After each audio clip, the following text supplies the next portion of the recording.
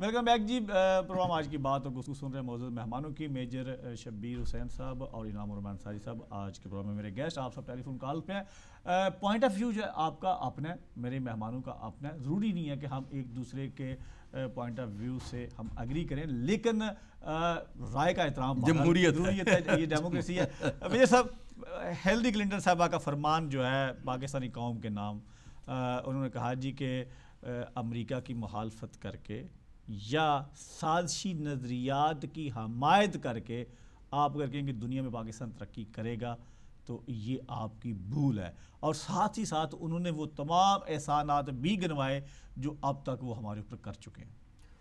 بخاری صاحب, اگر آپ پاسٹ میں دیکھیں, امریکہ کا یہ انداز رہا ہے ہمیشہ سے ڈپلومیسی کا. ایک سائڈ پہ وہ آپ کو مناتے ہیں, دوسری سائڈ پہ آپ کو ڈنڈا دکھاتے ہیں, تیسری سائڈ پہ آپ کو پیسے کا جو بھی جھل دیتے ہیں.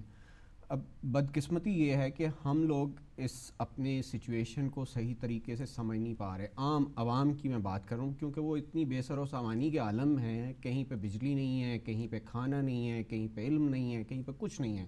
مطلب جب آپ سوسائٹی کو اتنا بالکل تتر بتر کر دیں تو انسان سوچنے سمجھنے کی جو قوت ہے وہ تھوڑی سی کھو دیتا ہے. اور واقعی یہ سچی بات ہے, ہم بہت زیادہ کانسپریسی تھیریز پہ بلیو کرتے ہیں. جہاں پہ بھی کوئی بات ہوتی ہے ہم یہ سمجھتے ہیں کہ کوئی ایسی کانسپریسیز ہے. ہمیں یہ اس چیز کا احساس نہیں ہوتا کہ کانسپریسیز تو ہمیشہ ہونی ہے اور ہوتی رہنی ہے, یہ کبھی نہیں رکیں گی. آپ نے ہمیشہ ان کو ڈیفینڈ کرنا ہے. دو مائنڈ سیٹ ہیں ایک ٹائم پہ. ایک مائنڈ سیٹ یہ ہے کہ ہم نے امریکہ کی مخالفت کرنی ہے ہر حال میں, اور جو ہم شروع سے کرتے آئے ہیں, یہ آپ کی بات نہیں ہے, یہ اس وقت کی بھی بات آپ دیکھ لیں. مجھے اچھی طرح یاد ہے کہ جب کویت اور عراق کی جنگ لگی, امریکہ جو تھا وہ عراق کا اتحادی تھا, پاکستان کی جو گورنمنٹ تھی اس وقت کی وہ بھی چونکہ امریکہ کی وجہ سے وہ بھی کویت کی حمایتی تھی, امریکہ بھی کویت کا حمایتی. لیکن پاکستان کی ساری عوام صدام حسین کی تصویریں اٹھا کے ہم لوگ جا رہے تھے, کیونکہ وہ صدام کی حمایت نہیں تھی, وہ ایکچولی امریکہ کی مخالفت اس وقت ہو رہی تھی.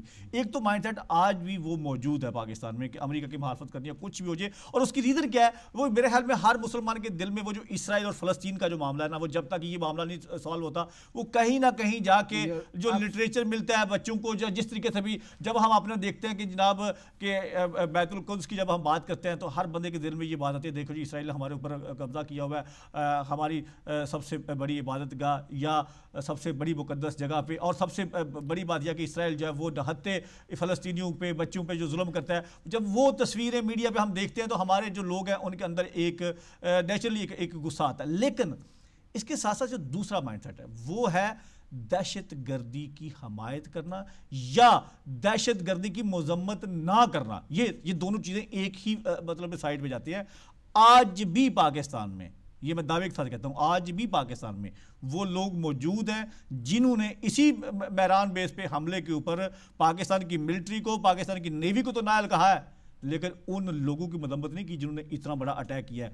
ساورنٹی کی جب ہم بات کرتے ہیں تو ہم انہیں تو امریکہ کی تو ساورنٹی کی جو وائلیشن ہے وہ ہمیں یاد آتی ہے, لیکن جو اسامہ بن لادن نے کی, جو ان لوگوں نے کی, وہ ہمیں یاد آتی ہے کہ ہمارے ملک کے اوپر, ہمارے اثاثوں کے اوپر جو لوگ چڑھ دوڑے ہیں ان کی ہم مذمت کرنے کے لیے ہم نے کبھی بیان نہیں کی. کسی سیاستدان کا بہت سارے ایسی جماعتیں ہیں جن کے بیانات آپ کو کہیں بھی پڑھنے کو نہیں ملیں گے, صرف اپنی فورسز کو نااہل کہنے کے لیے, قرار دلانے کے لیے وہ لوگ آگے ہیں. بالکل آپ نے صحیح کہا بخاری صاحب, اس میں کوئی شک کی بات نہیں ہے.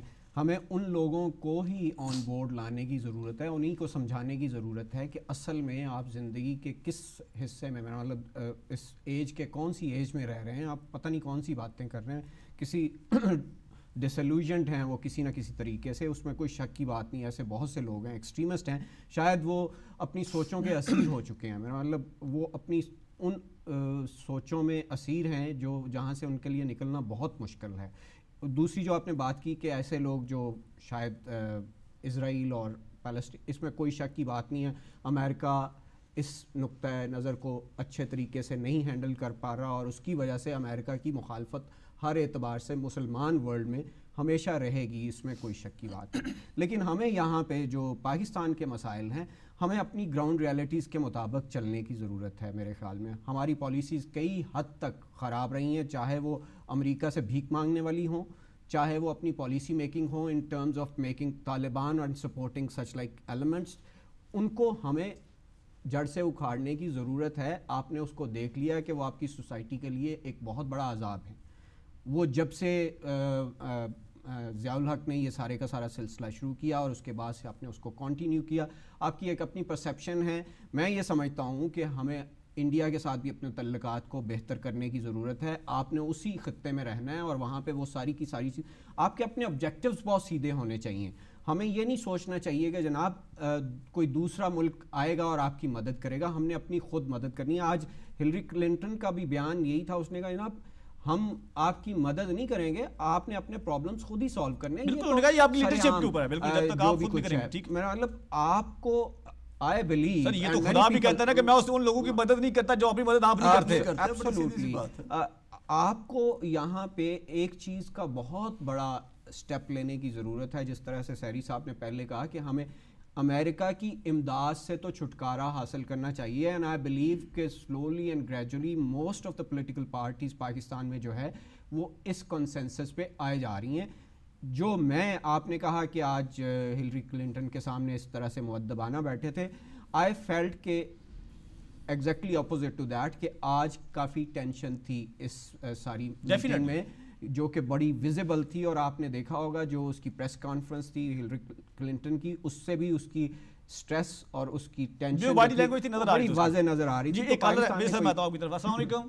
وعلیکم السلام بخاری صاحب. جی جی میں بشار پٹی بول رہا ہوں. سونے جی بٹی صاحب, سونے آپ نے بات پروگرام بڑا اچھا رکھا ہے. میں صرف اس پہ بات کروں گا کہ یہ جو لیپسیز آئے ہیں ادھر, جی جی, تو 4 آدمی مارے انہوں نے, ٹھیک ہے. جی جی, تو انہوں نے جو پکڑے ہوئے تھے وہ شور نہیں مچا رہے تھے کیونکہ انہوں نے دوسرے بھی پکڑنے تھے. اب تو لائٹ سامنے آ گئی ہے بات کے ساتھ انہوں نے زندہ پکڑے. جی وہ تو انکار کر دیا بٹی صاحب, انہوں نے انکار کر دیا. انہوں نے کہا جی سارے بھاگ گئے, صرف 4 بندے مارے ہیں ہم نے. وہ صرف اس وقت آج آ گیا رات کو. دیکھیے آج ان کے نام بھی دیے انہوں نے, آج نام دیے 7 کے جن کو پکڑا تھا, ٹھیک ہے, ان کے نام بھی آ گئے. گئی رات سلیم شاہد کا ایک آرٹیکل تھا, نصرت جاوید نے اس پہ ڈسکس کیا. آج پرائم ٹی وی پہ ان کے نام بھی دیے گئے ہیں. 3 کے نام اربوجا سے ہیں, ایک انڈین جیسا ہے منیش کیا جو بھی تھا اس کا. 7 بندے ہیں, فلی ٹرینڈ تھے. زیادہ ایک منٹ, یہ ساری جو بدماشی ہوئی ہے یہ فرام ان سائڈ ہوئی ہے. یہ ہمارے لوگوں نے غداری کی ہے اندر سے. ان میں سے ایک مسعود ٹرائب کا کمانڈو ہے. دیکھیے ایسے نہیں لیپس ہوا جتنا لیپس ہوا ہے یہ 10 آدمی جو پکڑے ہوئے تھے نا پہلے انہوں نے ایئر فورس کے, وہ کہتے تھے ان کو چھوڑو ورنہ ہم اٹیک کریں گے. آپ پوری داستان آ چکی ہے. آج آپ جب ختم کریں تو انٹرنیٹ پہ دیکھیں. بہت شکریہ, تھینک یو سو مچ. آج ان کے تھینک یو سو مچ جی. مہاراج جی یہ میڈیا کی باتیں ہیں. اب ہم جب تک جو اتھارٹی ہے ان کی طرف سے جب تک کوئی چیز ہم میں بتا دیتا ہوں سر. بات یہ ہوئی ہے کہ جس وقت آپریشن ختم ہوا ہے نا, اس وقت وزیر داخلہ سیدھے کے سیدھے جو ہے وہ چیف منسٹر ہاؤس میں چلے گئے. وہاں سے خبر نکل آئی تھی اس وقت کہ ہم نے جو ہے نا بیان یہ دینا ہے. ایک اچھی بات ہے وہ, جیسے میجر صاحب نے پہلے بڑی اچھی بات کی کہ بہت ساری, اور آپ نے بھی, کہ بہت ساری باتیں جو ہے وہ in the national security, in the interest national security ہمیں کچھ دیر کے بعد ریلیز کرنا ہوتی ہیں یا نہیں کرنا ہوتی وغیرہ. اس میں وہ بات یہ تھی کہ اس وقت انہوں نے کہا تھی کہ ہم 6 بتائیں گے, یہ بیان دے دیں گے, سب اس کے اوپر ہٹ گئے. اس میں ہم کوئی بحث نہیں کرتے, اس میں ہم بحث نہیں کرتے. بیسیکلی اب آپ FIR دیکھیں ڈرے کالونی تھانے کی, FIR میں انہوں نے 12 آدمی لکھوائے ہیں. 1-2 میڈیا والوں نے اعتراض کیا کہ جناب یہ کیا ڈسکریپنسی ہے کہ وزیر داخلہ 6 کہہ رہے ہیں, FIR میں آپ نے 12 لکھے ہیں. ہماری سمجھ میں آ رہی تھی بات کہ بس آپ خاموش رہیے. جو نائٹ گاگلز پہنے ہوئے تھے وہ تو دہشت گرد نے پہنے ہوئے تھے. ہمارے جو نیوی والے تھے ان کے پاس تو نائٹ گاگلز نہیں تھے, تو نظر تو ان کو آ رہا تھا کہ نیوی والے کتنے, نیوی والوں کو کیسے نظر آیا کہ وہ لوگ کتنے تھے. جی ایگزیکٹلی. لیکن انہوں نے کچھ آپریشن جو کیا تھا نا, جو اتنا, جس کی وجہ سے آپ نے ایک بات بھی کی کہ جب وہ نعرے لگاتے باہر نکل رہے تھے, وہ کچھ یہ بھی تھا کہ آپریشن لمبا بھی اسی لیے ہوا کہ کچھ آدمیوں کو وہ کم از کم ایک آدمی کو, چلے یوں آپ کہہ لیجیے 6 نہیں, لیکن کسی نہ کسی آدمی کو وہ زندہ گرفتار کرنا چاہتے تھے. عین ممکن ہے کہ اسی میں ہماری 2 4 10 جانیں اور بھی گئی ہوں، لیکن وہ صرف اس لیے کہ وہ آدمی جب تک زندہ گرفتار نہ ہو ایسے آپریشن میں آپ کو لیڈ نہیں ملتی، یہ میز ہم ایگری کریں گے۔ تو وہ لیڈ حاصل کرنے کے لیے انہوں نے اگر کچھ کیا ہے، آج اگر انہوں نے اوپن کر دیے ہیں، تو ابھی بھی میرا اپنا، اگر میں تفتیشی وہاں پہ ہوتا تو یہ کم سے کم 15 دن ابھی اور اوپن نہیں ہونے چاہیے تھے۔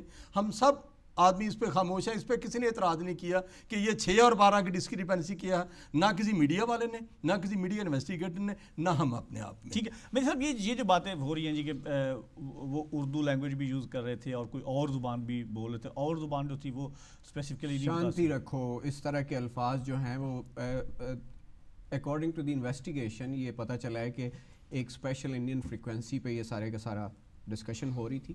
یہ پاکستان آبزرور کے ایک انویسٹیگیشن رپورٹر نے یہ کی ساری چیزیں سامنے لایا ہے۔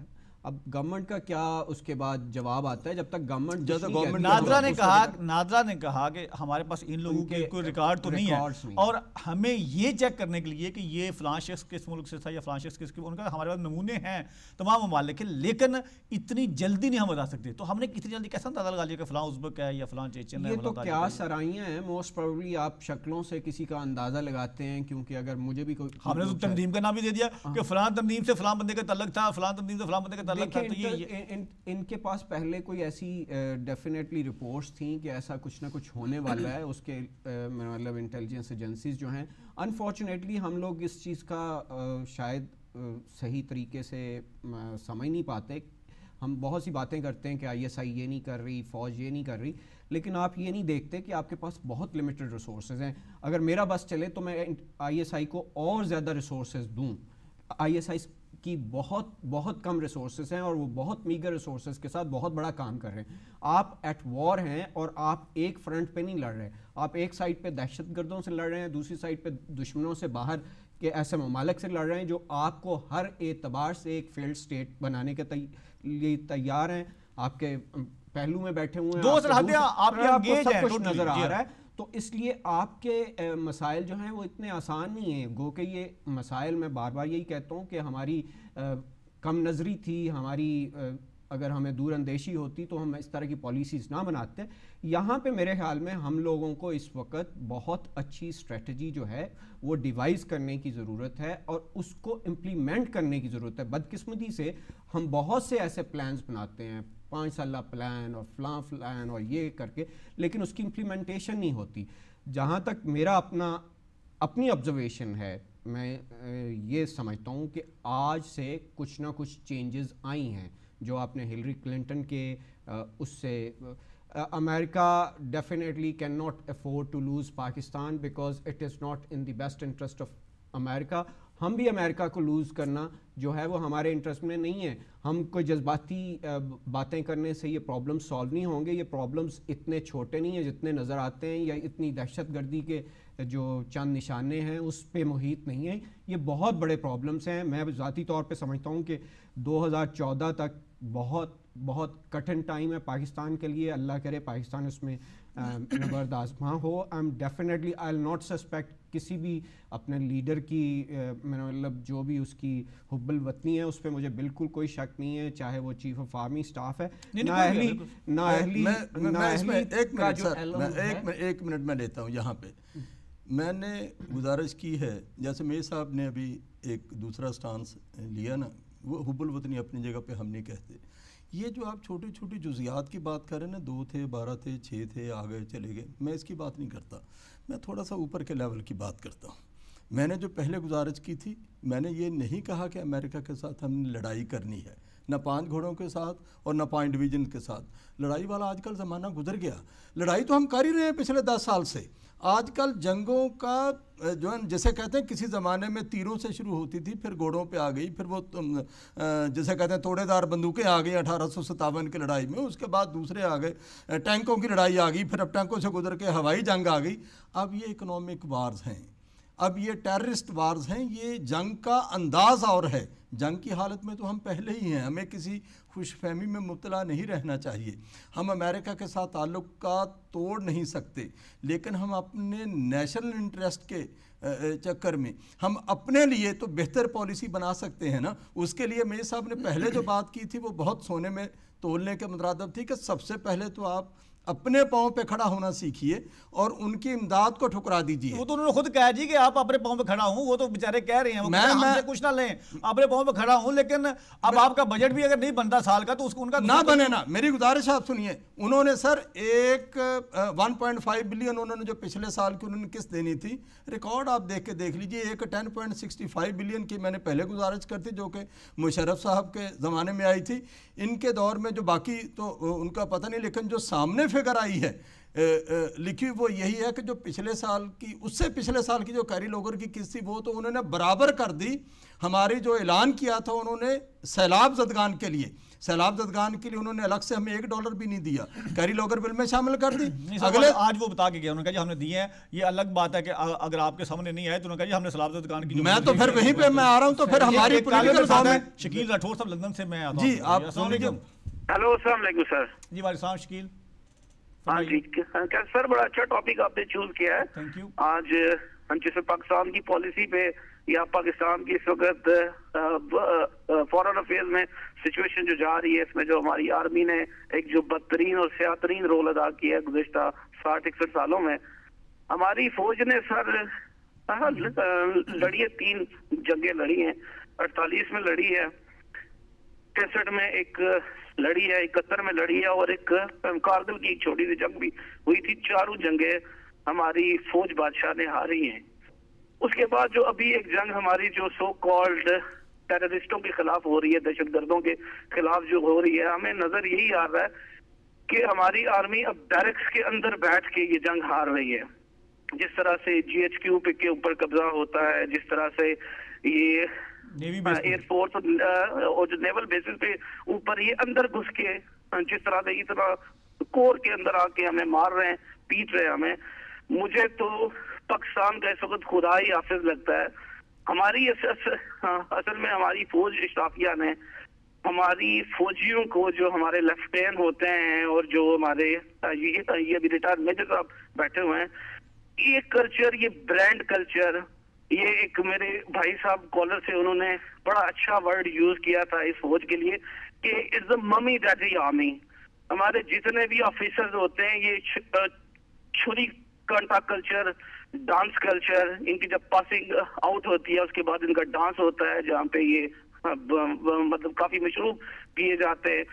اس کے بعد برانڈز کلچر، گوینچی، گوچی، یہ کلچر کی فوج ہمیں نہ تو ہمارے ملک کے لیے کوئی جنگ جیت سکتی ہے سر، اور نہ ہی ہمیں یہ کسی مشکلوں سے نکال سکتی ہے.